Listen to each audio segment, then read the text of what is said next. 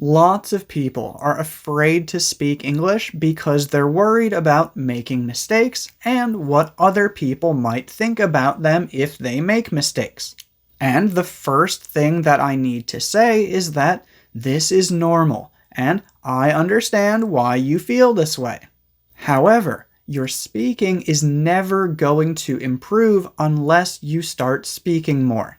And even when your speaking does improve, you're still going to make mistakes. That's something that we do when we speak. We make mistakes sometimes. It's completely normal. But again, I understand that for many people this can be very uncomfortable. That's why in this video today, I'm going to give you 5 simple steps that will help you become more comfortable speaking in front of other people and less worried about making mistakes. Step number 1 is to understand that 99% of people don't care about your English. A common fear among English learners is that everyone is paying really close attention to their English. They think that people think bad things about them every time that they use the wrong tense or pronounce a word incorrectly. But the truth is that most people don't even notice your mistakes. And of the people who do notice them, 99% of them don't care because they can still understand what you are trying to say. So remember, most people are only paying attention to your message, not your grammar or your vocabulary. Step number 2 is to use language that you are comfortable with. A lot of language learners like to use big words and complex grammar to try to impress other people. And if you're taking the IELTS exam, that can be helpful. But in real life, again, most people don't care about your English. No one cares how big the words you use are, or how complex your grammar is. Like I said before, most people just want to understand your message. So instead of trying to make your language sound advanced, just use language that you're comfortable with. If you want to improve your English, yes, you definitely should keep trying to learn new words and keep trying to improve your grammar.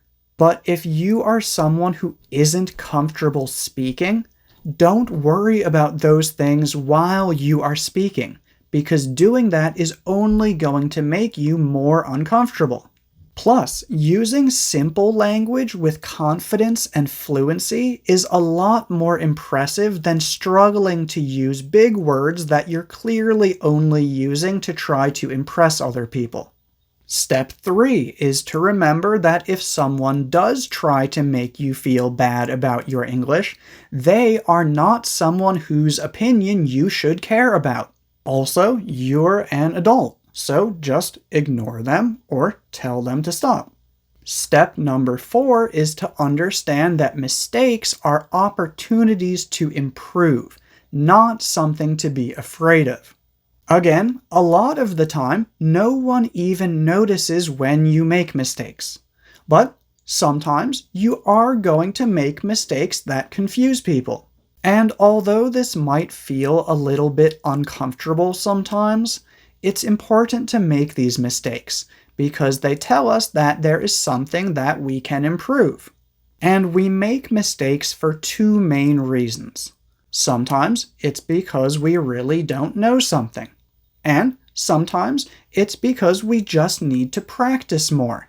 So when you make a mistake, don't say things like, "Oh my God, I'm so stupid." Instead, just say, "Okay, that's something that I need to learn how to say correctly." And then learn how to say it correctly.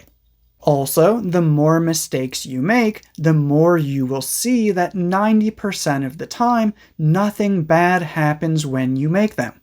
And as a result, you will become less worried about making mistakes and more comfortable speaking.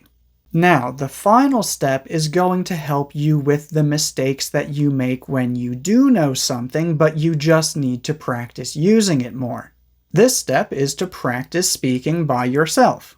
Hearing a word or phrase just one time does not guarantee that you are going to be able to use it easily in a real conversation.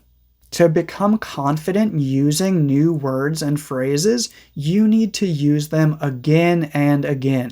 And the easiest way to practice using a word or phrase again and again is to practice using it by yourself.